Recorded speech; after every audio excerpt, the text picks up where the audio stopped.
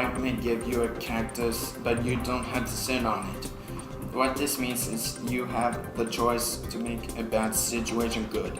You don't have to keep living with problems. We will meet 3 women who have all had problems they faced and changed how they handled their problems. They could have allowed life to beat them down, but they chose to make a difference and make a world a better place. First, we will meet Eleanor Roosevelt. She was born on October 11, 1884. She was named Anna Eleanor Roosevelt, but preferred to be called Eleanor. She was the niece of President Theodore Roosevelt. Her mother died in December of 1892 from diphtheria. Her younger brother died of the same thing in May of 1893. Her father was a heavy drinker and was in the hospital. He jumped from the hospital window. He survived the jump but died from a seizure in August of 1894. She was raised by her grandmother in Trevally, New York. Her losses led to depression in her life. In 1902, she met her father's 5th cousin, Franklin D. Roosevelt. They started dating in secret and were engaged to be married in 1903. FDR's mom did not want them to get married, but they did anyway. And on March 17, 1905, the couple had 6 children, and FDR's mom tried to control the marriage and tried to take over raising the children. In 1921, FDR got sick with polio while they were on vacation. He could no longer walk.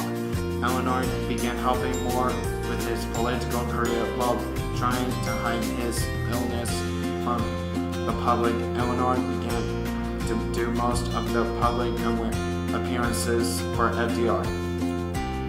Eleanor was the first wife of the president to hold press conferences and the first to speak at a National Party convention. She also wrote a newspaper column called My Day and gave most of the money from her column and lectures to charity. She was also an important connection to FDR's administration to the African American civil rights movement.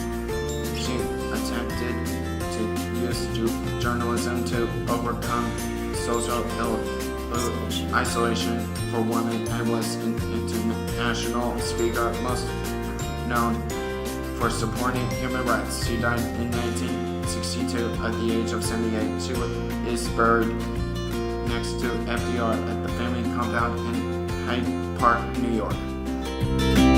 Mrs. Diana was born Diana Frances Spencer on July 1st, 1961. She was the 4th of 5 children. She was a very shy girl, and that continued through her life. She was 8 years old when her parents divorced. She was sent to an all-girls boarding school when she was 8 and was a poor student. She failed school twice, but she was very good at playing piano and some dancing. She married Prince Charles on July 29, 1981 in a fairy tale wedding. Together they had 2 sons, Prince William and Prince Harry. Her husband began having affairs with other women. Diane developed depression, had thoughts of suicide, and developed an eating disorder. She commented once, "My husband made me feel inadequate in every possible way that each time I came up for air, he pushed me down again." In the early 90s, she began touring children's hospitals and doing a lot of charity works, visiting sick kids, leading campaigns for animal protections, AIDS awareness, and was against the use of inhumane weapons. Her last charity was to rid of the world of landmines. Her work led to winning the Nobel Peace Prize in 1997 for the international campaign to ban landmine. She was a very important lady and was described as the world's most photographed woman. Time magazine named her one of the 100 most important people in the 20th century. Diana was killed in a car accident in France on August 31st, 1997. Her death stunned the world, and her funeral was broadcast worldwide. Her sons have carried on her legacy with her charity work.